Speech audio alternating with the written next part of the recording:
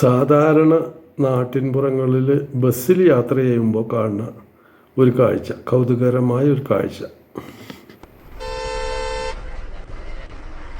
ഒന്നാണ്ട് കയറി കേട്ടാ, ഫുട്ബോൾ കളിക്കാൻ സ്ഥലം ഉണ്ടല്ലോ അവിടെ.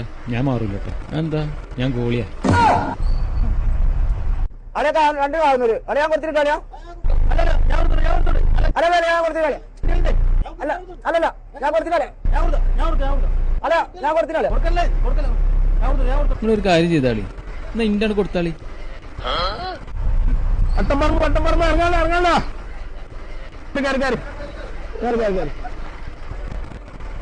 പോട്ടെ പോട്ടെ.